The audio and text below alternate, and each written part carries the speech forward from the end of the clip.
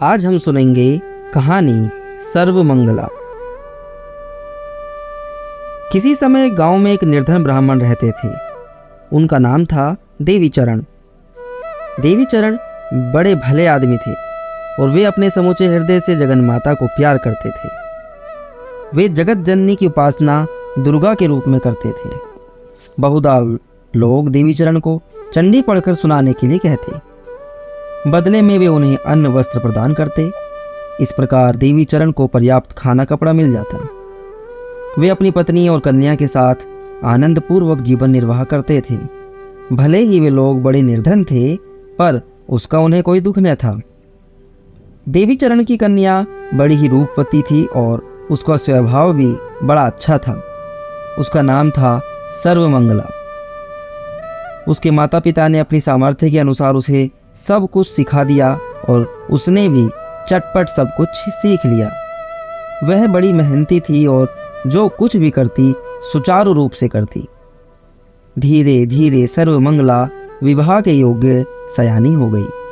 उसकी माँ ने देवीचरण से कहा, अब तुम्हें अपनी लड़की के लिए वर ढूंढना चाहिए, पर ऐसी निर्धन लड़की से भला कौन विवाह करेगा? हमारे पास तो उसे देने के लिए कुछ भी नहीं है। देवीचरण बोले, देखो, चिंता मत करो। अपनी लड़की लक्ष्मी के समान सुंदर है और सरस्वती के समान प्रतिभाशाली है। सर्वमंगला के समान आकर्षक और बुद्धिमती लड़की भला और कौन है? पत्नी बोली, तुम ठीक ही कहते हो। वह भली और सुंदर है और जो कुछ करती है बड़े तौर तरीके से करती है। वह एक उत्तम रसोइया है और सबसे बड़ी बात तो यह है कि दूसरों की सेवा कर उन्हें प्रसन्न करने में उसे विशेष आनंद मिलता है। तब तो हमको उसके विवाह की चिंता नहीं करनी चाहिए। देवीचरण बोले, माँ दुर्गा ही सारी व्यवस्था करेंगी। कुछ दिन बाद एक भला जमींदार उस गांव में आया। उसकी आंखों के सामने सर्वमंगला पड़ गई। जब उसने देखा कि उसके रूप के ही समान उसका स्वभाव भी अच्छा है, तो उसने उसे अपनी बहू बनाना चाहा। देवीचरण इस पर राजी हो गए और सर्वमंगला का विवाह कर दिया गया। वह पड़ोस के गांव में अपनी ससुराल चली गई। कन्या के चले जाने से देवीचरण और उनकी पत्नी उदास हो गए। उन्हें सूना सूना लगने लगा, पर यह सोचकर वे संतुष्ट थे कि उनकी लड़की अब निर्धन नहीं रह गई और उसे एक अच्छा पति मिला है। दुर्गा पूजा का महीना शीघ्र ही समीप आ गया। देवीचरण अपनी पत्नी से बोले, सुनो, माँ दुर्गा की कृपा से अपनी लड़की को एक भला और धनी पति मिला है। इस वर्ष हमें अपने घर में दुर्गा पूजा अवश्य करनी चाहिए। पर हम तो बड़े गरीब हैं, पत्नी बोली। मुश्किल से किसी प्रकार खाने का पूरा पड़ता है, तब हम यहाँ पूजा करने की बात कैसे सोच सकते हैं? क्या? देवीचरण चिल्ला पड़े, माँ दुर्गा क्या पैसे वालों की ही माता है, गरीबों की नहीं? क्या वह हमारी तुच्छ भेंट नहीं स्वीकार करेंगी? हमसे जो भी बन पड़ेगा उसे अर्पित करेंगे। पूजा के दिन समीप आ गए। देवीचरण अपनी पत्नी से बोले, हमें घर में माँ की प्रतिमा लानी चाहिए। सर्वमंगला भी इस समय घर पर आ सकती तो अच्छा होता, पत्नी बोली। देवीचरण अठन्नी लेकर मूर्ति गढ़ने वाले के पास गए। मैं इस बार अपने घर में दुर्गा पूजा करने जा रहा हूँ, देवीचरण बोले। मेरे लिए दुर्गा की एक छोटी प्रतिमा बना दो, मैं तुम्हें अठन्नी दूंगा। मूर्ति गढ़ने वाला बोल उठा, क्या तुम्हारा दिमाग फिर गया है देवीचरण बाबू? दुर्गा पूजा करने के लिए बहुत सारा पैसा चाहिए, फिर छोटी से छोटी प्रतिमा भी अठन्नी से ज्यादा की बनेगी। देवीचरण अपनी बात समझाते हुए बोले, देखो, मेरे पास पैसा तो है नहीं, पर मैं माँ दुर्गा को बहुत चाहता हूँ और उनका ऋणी हूँ। मैं हर हालात में दुर्गा पूजा जरूर करूँगा, भले ही फूलों से ही उनकी पूजा करूँ। सुनकर आश्चर्य से गड़ गया और कुछ सोचने लगा। वह बोला, तुम्हारी भावना मैं समझता हूँ देवीचरण बाबू। ठीक है, मैं तुम्हारे लिए एक प्रतिमा गढ़ दूंगा, उसके लिए तुम्हें कुछ देना न होगा। नहीं भाई, देवीचरण बोले, जो कुछ मुझसे बन पड़ता है वह तो तुम्हें दूंगा ही। और उन्होंने जोर करके अठन्नी मूर्ति गढ़ने वाले को दे दी। देवीचरण और उनकी पत्नी पूजा की तैयारी में लग गए, पर उनका मन बहुधा अपनी लड़की की ओर चला जाता। उन्हें उसके बिना कभी कभी इतना सूना सूना लगता कि वे रो पड़ते।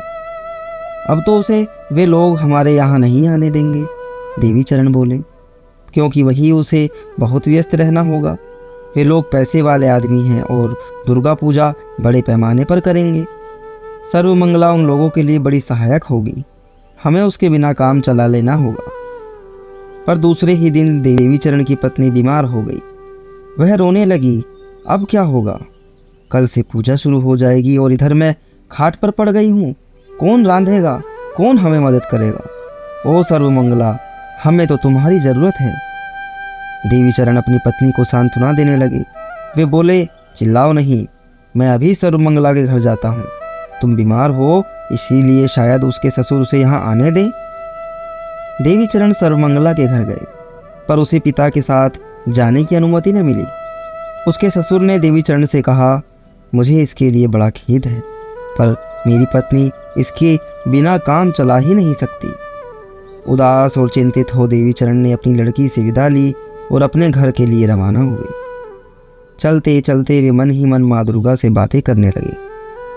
वे बोले, मूर्तिकार ने मेरे लिए एक बढ़िया प्रतिमा बना दी है और कल मैं तुम्हारी पूजा करना चाहता हूँ, पर पत्नी बीमार है और लड़की घर पर नहीं आ सकती।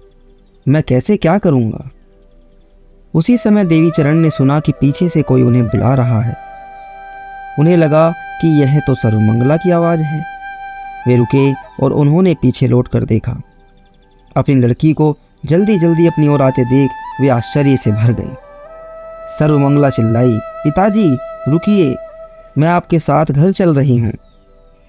देवीचरण बोले, यह कैसे संभव है? तुम्हारी सास क्या कहेंगी? सर्वमंगला बोली, किसी बात की चिंता न करें पिताजी, सब कुछ तय हो गया है। आप मुझे अपने साथ घर लेते चले। देवीचरण और उनकी पत्नी बड़े प्रसन्न हो गए। बेटी घर जो आ गई, वह पहले से भी अधिक सुंदर दिखती थी और उसका चेहरा आनंद से खिला हुआ था। उसने अपनी माँ को संभाला और घर के कामकाज में लग गई। उसी दिन संध्या सर्वमंगला ने दूसरे दिन प्रारंभ होने वाली पूजा के लिए माँ दुर्गा को वस्त्र आदि पहनाने में अपने पिता की सहायता की। प्रतिमा को सुसज्जित देवेदी में खड़ा किया गया और जब सजाने का कार्य समाप्त हुआ तो वे दोनों उसके सौंदर्य को देख अचरज से ठगे रह गए। सर्वमंगला की माँ की कुछ स्वस्थ महसूस करने लगी और उसने भी प्रतिमा की प्रशंसा की। वह बोली, देखो सर्वमंगला ने कितने सुंदर ढंग से प्रतिमा को कपड़े लत्तों से सजाया है, और देखो वह स्वयं भी कितनी सुंदर लग रही है। हमारे पास कोई कीमती रेशमी कपड़े और जवाहरात तो है नहीं, पर तो भी हमारी देवी और बेटी के सौंदर्य और आलिल्य का कोई सानी नहीं। पूजा के प्रथम 2 दिन आनंद में कट गए। देवीचरण ने माँ दुर्गा की पूजा की और उनका हृदय शांति से भर उठा। तीसरा दिन आया। आज अतिथियों को भोजन कराने का दिन था। सर्वमंगला ने कहा, आज हमें सारे पड़ोसियों को भोज देना चाहिए। देवीचरण बोले, बेटी क्या तुम हंसी कर रही हो? हमारे लिए भोजन देना कैसे संभव है? हमारे पास तो भोग के लिए भी बस थोड़े से ही फल हैं। सर्वमंगला बोली, पिताजी मैं हंसी नहीं कर रही हूँ। आपने अपने घर में माँ दुर्गा की पूजा की है। भोज के बिना पूजा पूर्ण नहीं मानी जाएगी। मैं तो सारे पड़ोसियों को निमंत्रण देने जा रही हूँ। सर्वमंगला पड़ोसियों के घर गई। देवीचरण ने पूजा की तैयारी की। देवीचरण ने सोचा, चूंकि मेरी लड़की बड़े लोगों के घर गई है, इसीलिए वह सोचती है कि भोज देना आसान है। जब सर्वमंगला लौटी तो देवीचरण देवी की पूजा के लिए बैठे। सर्वमंगला ने पिता की सहायता की। प्रतिमा जीवंत तो होने लगी और देवीचरण का चेहरा आनंद से खिल उठा। सारा कमरा मानो देवी की आभा से उद्भासित हो उठा। दोपहर में पड़ोसियों ने आना शुरू किया। सर्वमंगला ने उन सबको देवी का प्रसादी फल लेने के लिए आमंत्रित किया था।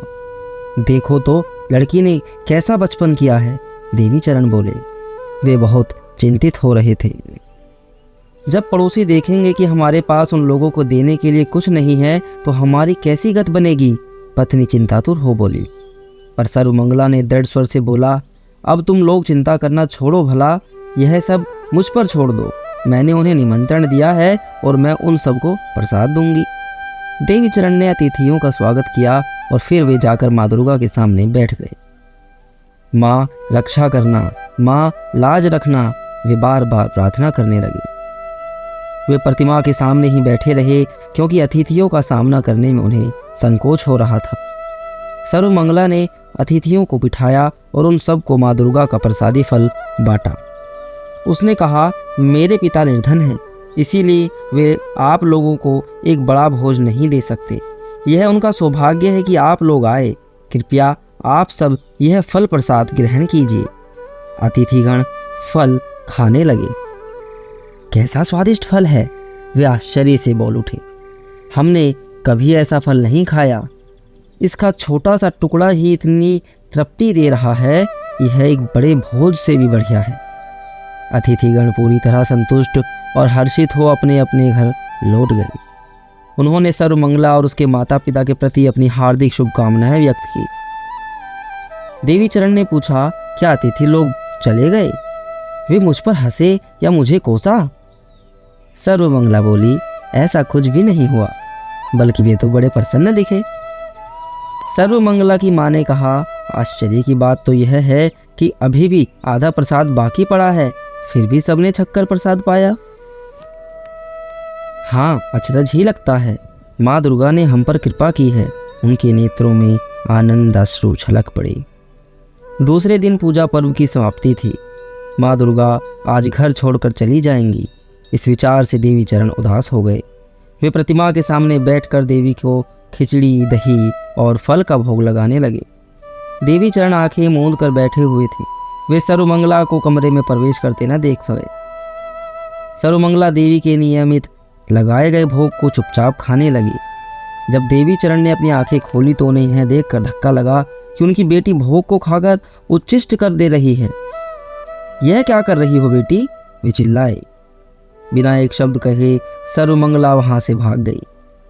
देवी चरण ने अपनी पत्नी से फिर से ताज़ा भोग तैयार करने को कहा और जब भोग तैयार हो गया तो वे देवी को भोग लगाने बैठे। इस बार भी सर्वमंगला कमरे में चुपचाप आकर देवी को लगाया भोग खा गई। देवी चरण ने पुनः अपनी पत्नी से ताज़ा भोग लाने को कहा। तीसरी बार फिर से सर्वमंगला चुपके चुपके कमरे में आई और सारा भोग चट कर गई। अब तो देवी चरण उस पर क्रोधित हो उठे। आज तुम्हें यह हो क्या गया है? उन्होंने रोष में चीखते हुए कहा, मेरी पूजा को फिर से न बिगाड़ो, चली जाओ। सर्वमंगला अपनी माँ के पास आई। बोली, माँ, पिताजी ने मुझे चली जाने के लिए कहा है, सो मैं जा रही हूँ। माँ ने कहा, बेटी, आज तो तुम्हें ससुराल वापस जाना होगा। दुर्गोत्सव तो समाप्त हो गया। तुम्हारे पिताजी पूजा में बैठे हैं, वे आ जाएं, वे तुम्हें घर पहुंचा आएंगे। देवी चरण पूजा करके अपनी पत्नी के पास आए। उन्होंने पूछा, सर्वमंगला कहाँ है? पत्नी ने उत्तर दिया, कुछ देर पहले वह यहीं थी। अपने घर वापस जाने के लिए वह तुम्हारी प्रतीक्षा कर रही होगी। वे सर्वमंगला को खोजते खोजते थक गए पर वह नहीं मिली। देवी चरण बोले, दिखता है वह नादान लड़की अकेली ही ससुराल चली गई है। मैं देखकर आता हूँ कि वह भली भांति पहुँच तो गई है। जब देवी चरण उसके घर पहुँचे तो उसे वहाँ देखकर आश्वस्त हुए। उन्होंने उससे कहा, पूजा को बिगाड़ने के लिए मैंने तुझे डांटा, क्या इसीलिए तुम अकेली चली आई? क्या तुम मुझ पर बहुत रुष्ट हो? वह कुछ समझ न पाई। बोली, आप किसकी बात कर रहे हैं पिताजी? देवी चरण बोले, जब मैं पूजा कर रहा था तो क्या तुमने भोग को नहीं खाया? इस पर मैंने तुम्हें डांटा नहीं था। सर्वमंगला बोली, पर मैं तो इन दिनों सारे समय यहीं थी पिताजी। ससुर जी ने तो आपसे कहा ही था कि मैं आपके साथ नहीं जा सकूंगी। देवी चरण अचरज में पड़ गए। तब वे समझ गए कि क्या हुआ है। माँ दुर्गा ही उनकी बेटी के रूप में उनके घर आई थी। वे हर्षातिरेक में आनंद के आंसू बहाते हुए चिल्ला उठे, माँ, माँ, तुम मेरे पास आई और मैं तुम्हें पहचान न पाया।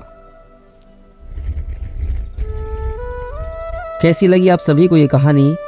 कमेंट बॉक्स में बताइएगा ज़रूर। हमारे इस चैनल को सब्सक्राइब कीजिए और वीडियो को शेयर और लाइक कीजिए। धन्यवाद।